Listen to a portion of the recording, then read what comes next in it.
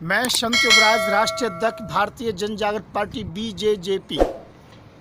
मेरे मित्रों, आजकल देश के हालात बहुत अच्छा नहीं चल रहे हैं सांप्रदायिकता के मामले में।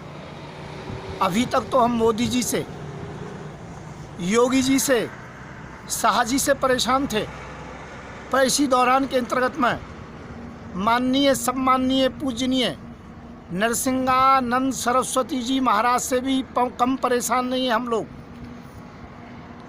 जो देश को एक हिंदू मुस्लिम एकता में जोड़ना चाहिए।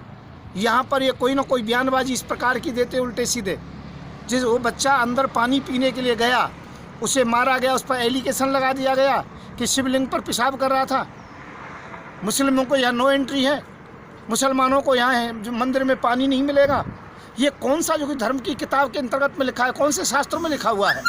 फिर डायरेक्ट एलिगेशन लगाते हो कि मुस्लिम लड़के हिंदू की लड़कियों से बलात्कार करते हैं, इनकी किताब में लिखा है, ये आप बताते हो।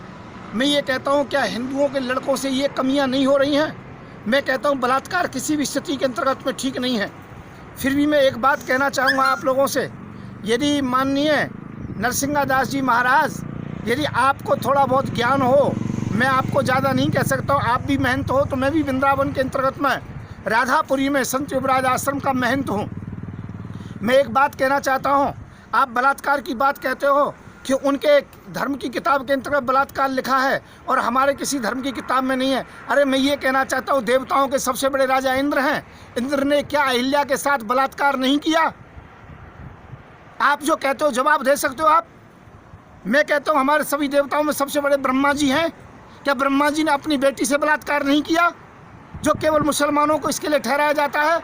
मैं कहता हूँ देश में आग लगाने की आवश्यकता नहीं है, हिंदू और मुसलमान की राजनीति करने की आवश्यकता नहीं है, हिंदू मुसलमान को जोड़ने की बात कहो। यदि किसी के अंतर्गत में कमी है तो उसको समझाने की बात कहो, पर समाज के अंतर्गत में आग लगाने की आवश्यकता नहीं है। ये गलतियाँ ब्रह्मा से भी हुई है, ये गलती इंद्र से भी हुई है। मैं ये कहता हूँ आज कोई भी बलात्कार का अपराधी हो, हिंदू मुस्लिम सिख ईसाई, मैं कहता हूँ उसके विशेष पार्ट्स को, विशेष अंग को काट देना चाहिए। उसका सबसे बड़ा दंड यही होना चाहिए। और रहा पानी पिलाने की बात, तो मंदिर, मस्जिद, गुरुद्वारा कोई भी हो, कहीं पर भी कोई पानी पीने के लिए जा सकता है, इसके अंतर्गत में कोई शंका नहीं है। क्या हम मस्जिदों में नहीं जाते हैं, वहाँ हमें रोका जाता है? क्या गुरुद्वारों में हम लंगर नहीं चखते हैं, वहाँ हमें रोका जाता है? जो मंदिरों के आप ठेकेदार बनते हो, ध्यान रखना, यदि कोई भी मंदिर पर इस प्रकार का बोर्ड लगाएगा कि यहाँ हिंदू के अलावा किसी को आना नहीं, तो वो बोर्ड भी उखाड़ दिए जाएंगे और वहाँ महंतों को मार मार के, पीट के भगा दूंगा। मैं संत युवराज इस बात की घोषणा कर रहा हूँ। मैं पुनः कहूँगा, अपनी जुबान पर लगाम लीजिए और पूरे देशवासियों से क्षमा मांगिए। मैं ये कहना चाहता हूँ, ये भारत हिंदू मुस्लिम सिख ईसाई सभी का है।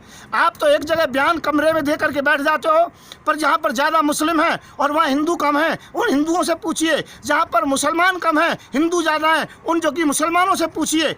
आप कह कर के बैठ जाते हो, पर उन लोगों के साथ क्या होता है, उनकी बहन बेटियों के साथ क्या होता है, यह आप नहीं जानते हो।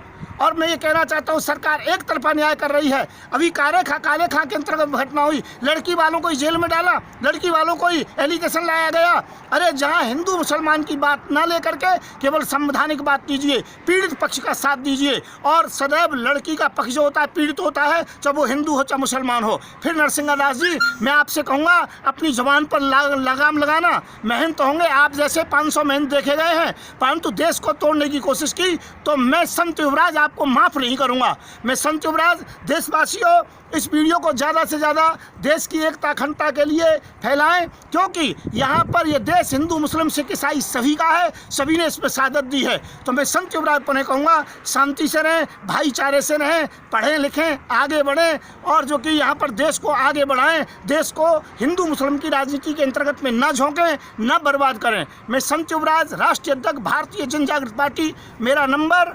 9927404606। जय हिंद, जय भारत।